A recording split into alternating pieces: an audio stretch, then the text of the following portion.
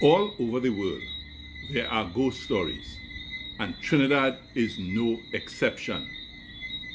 Sometimes these ghost stories can be explained as simply a coincidence of events, but other times there is vivid retelling by the participants in the story, and it can only be explained as having seen a ghost.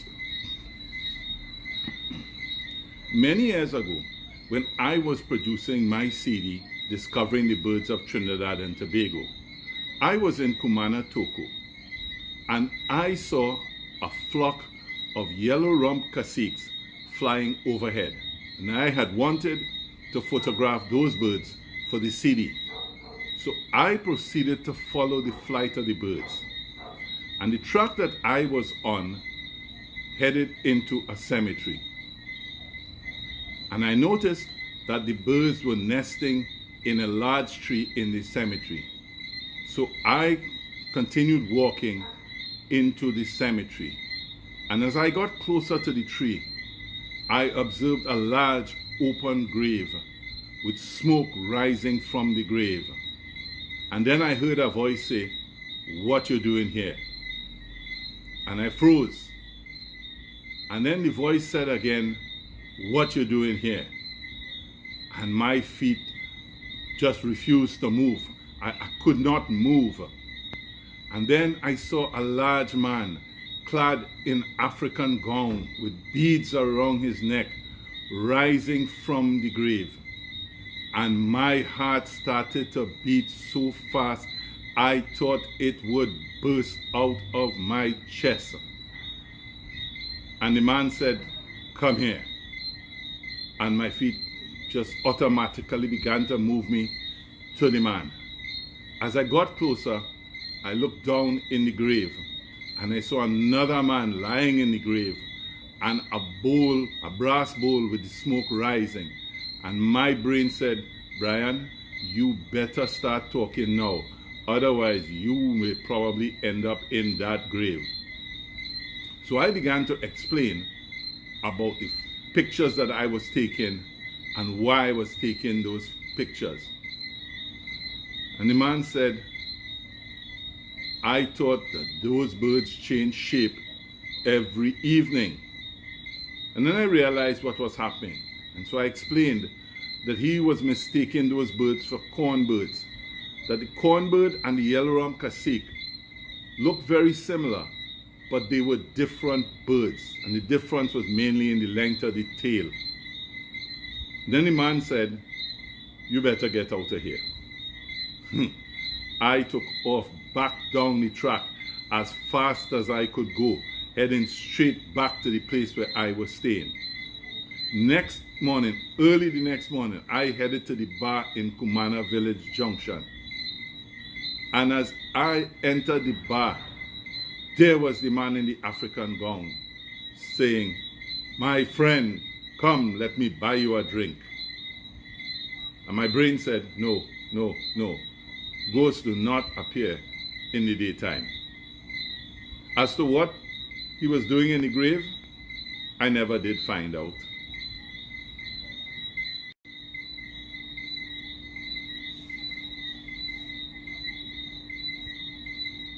Many years ago, one of my uncles went to a dance in New Grant. And when the dance was over, he decided to take a shortcut through the cemetery. As he was walking through the cemetery, he heard a voice say, "Who is that?" So he stopped, listened. He didn't hear anything again, so he started to walk again. And then the voice said, "Who is that?" So he stopped again. He looked around, but there was no one in the cemetery but him. So as he was about to take another step forward, again the voice said, "Who is that?" My uncle promptly turned around and ran back out of the cemetery. And then took the long way around to get home. When he got home, he promptly woke his other brothers and explained what had happened to him in the cemetery. His brothers all began to laugh and then told him that there was an owl that lived in a tree in the cemetery, and the cry of the owl sounded a lot like a "who is that?" So some apparent ghostly encounters have a logical explanation, but others can only be described as encountering something or someone from the spirit world. Many years ago, I was liming in San Fernando, drinking with some friends. Sometime after midnight, actually approaching closer to 2 a.m. in the morning, I decided that it was time for me to leave and head home. So I left and proceeded up along the Solomon Hochoy Highway. As I was approaching the Claxton Bay flyover, I saw what appeared to be a white woman crossing the road. I swerved to try to avoid her, but seemed to catch the tail of her dress. So I slowed down and looked. But when I looked, there was nobody on the road. Nobody on the side of the road. And then I remembered the story of the white woman crossing the highway at night. At that point, all alcohol left my brain and my foot went down on the accelerator, and it was full speed ahead to Port of Spain. Now there's a historical story behind this white woman crossing the highway. It appears many years ago, in the days when there were Indian indentured laborers in Trinidad, there was a sugarcane plantation in the area run by a Spanish family. And the daughter of the owner was called Maria. And Maria fell in love with a young Indian boy, one of the indentured workers. The father, on seeing them, realized what was happening and was furious. One evening, he called Maria and beat her and forbade her to have anything to do with the boy. Maria told the father no, that she loved the boy, she wanted to get married to the boy. The father left Maria and went to some of the other workers on the sugarcane estate and told them to get rid of that boy. Maria, on hearing of her father's plan, ran to try and find her Indian lover, and while running through the cane field, was bitten by a snake. But she continued running to try to find her lover. But eventually, weakened from the snake bite, Maria tripped, fell, and tumbled down a hill and died. Her father, overcome now with grief, erected a statue on the hill overlooking what is now the current highway. He erected this statue in honor of Maria. And it is said that the white lady that is seen crossing the highway is Maria, still running to try to find her lover. Of the Indian boy, he was never seen again.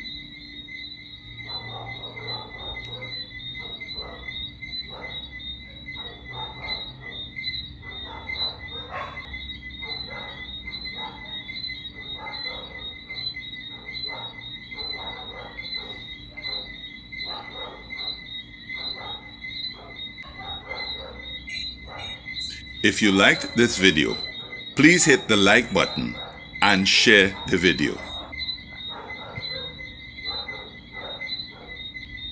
It is said there was a busload of people going to a fete in Labre one night. As they were driving along the Mosquito Creek on the outskirts of San Fernando, a man appeared in the road rolling a tire. There was no time for the bus driver to do anything, and they seemed to hit the man head on. Everybody in the bus screamed, and the bus stopped.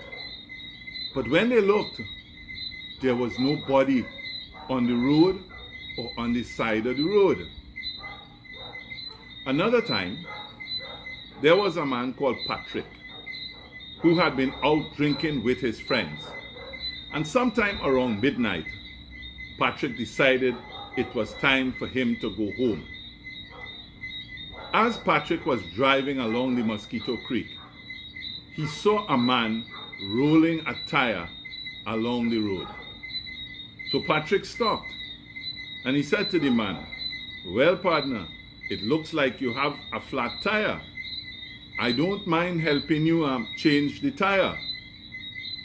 But where is the car?" And the man said to Patrick, "But what is wrong with you? Are you blind? You're standing next to it." Patrick turned and looked, and there was no car there. In turning, Patrick stumbled, and he reached out to grab the man's shoulder to steady himself, and his fingers closed on air. Patrick stumbled again and reached out with both hands to steady himself with the man, and there was nothing there. Patrick stopped, he looked, and turned, and ran straight back to the bar. Now, the story behind this apparition is that there was a young man called Leon who had attended Presentation College San Fernando. Leon was married, had a son, and worked in Point Fortin. One night, when Leon was returning home from work, his right front tire blew out, and he stopped, jacked up the car, took off the blown tire, walked to the trunk of his car, got his spare tire out, and was rolling the spare tire to the front when a speeding car hit him and threw his body across the road into the bushes. A number of people had stopped, and to their amazement, they saw Leon get up, pick up the tire, rolled it across the road, and as he got to the car, he collapsed and died. And his last words were, "I have to get home to my wife." Apparently, Leon's wife had told him that she was cooking that night his favorite dish. She was making a cow heel soup, and Leon had told her that he was coming home early to enjoy that soup with her. So it seems the apparition that is seen on Mosquito Creek is Leon rolling that tire, still trying to get home to his wife. Okay, folks, I have been talking for quite a while, so I think it's time for me to take a drink to lubricate the throat. Incidentally, if you like the stories that you have heard thus far, and you think that there are others who might enjoy it, please share the stories with them. In the period in the 1930s and 1940s, the area between San Grande and Sangre Chiquito were filled with cocoa. There was a large cocoa estate, 900 acres, a 900-acre estate in the area called Santa Estea. Many of the people who worked on those estates were Venezuelan migrants. In the early 1930s, and people called those Venezuelan migrants Coco Payol.